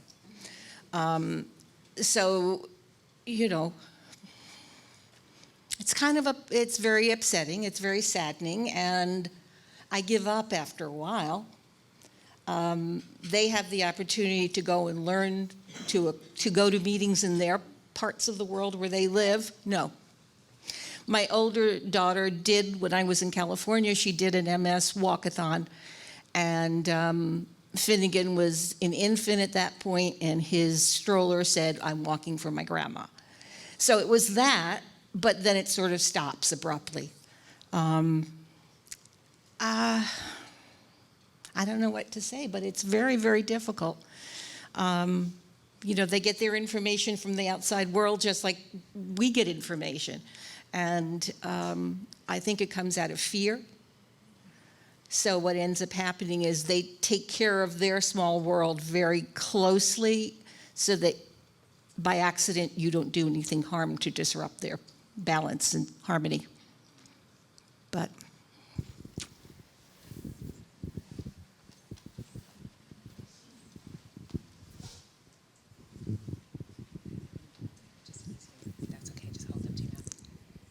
I just think the thing about your children, it's never going to change.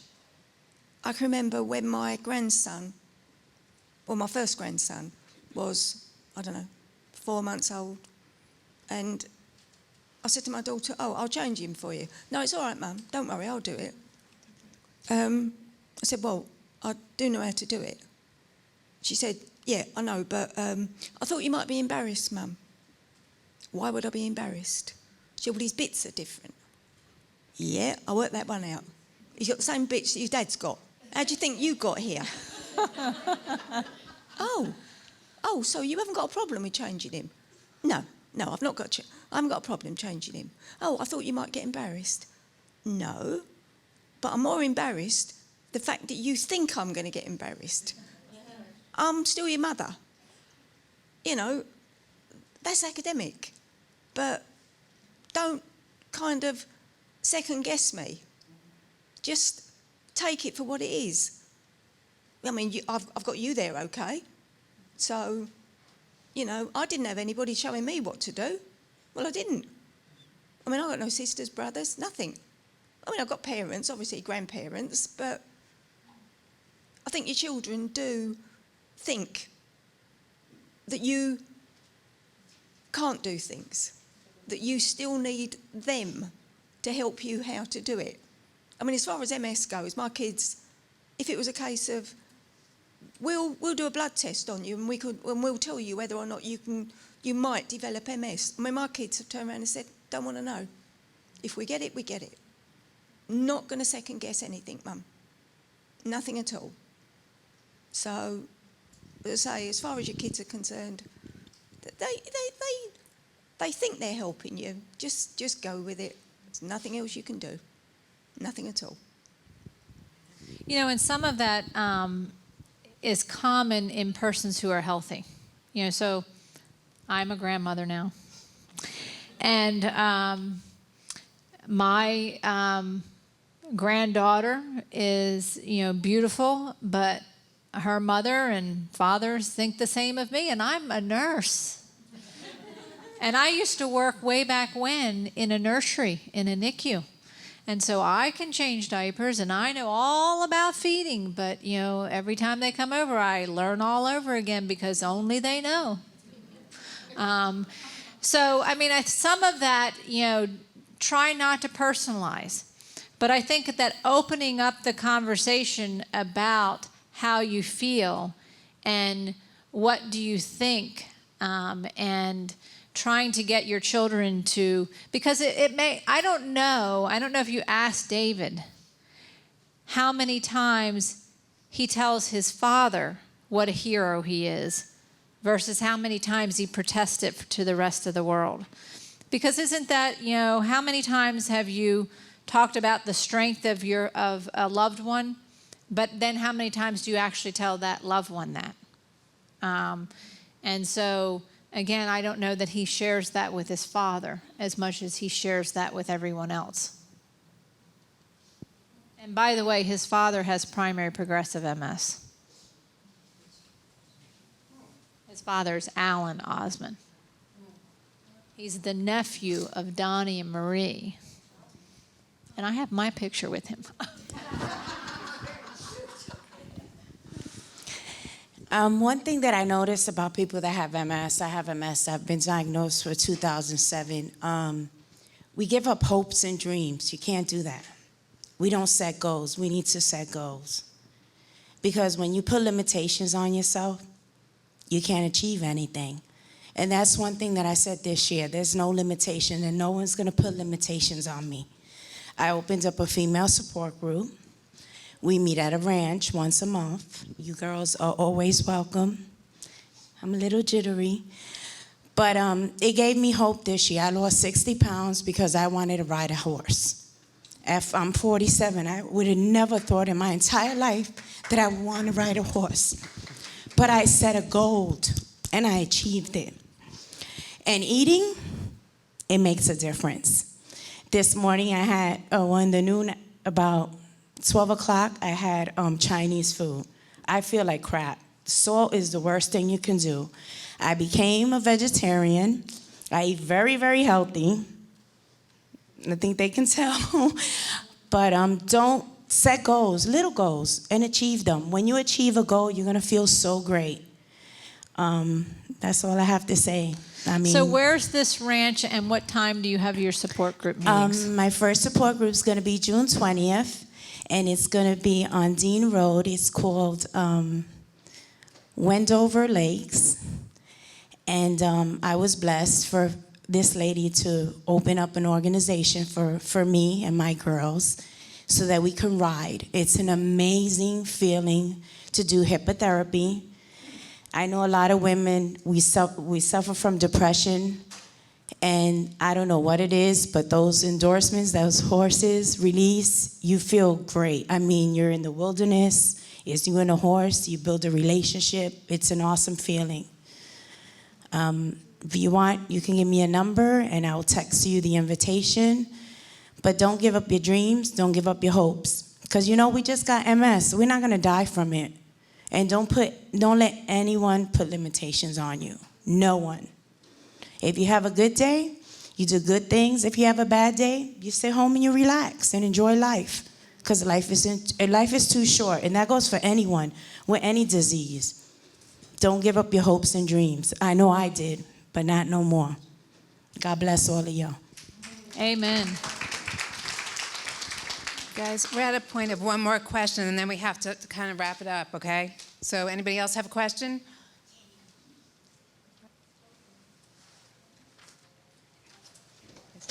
Okay. Yeah, I guess we're about done then, so let's thank Patricia. Thank you, Patricia. Okay, thank everyone. Patricia, thank you for doing this today. Everybody, give Patricia a round of applause. I want to again thank Teva for giving us the funding to do today's program, and thank you. We should all thank them for you getting this excellent information today.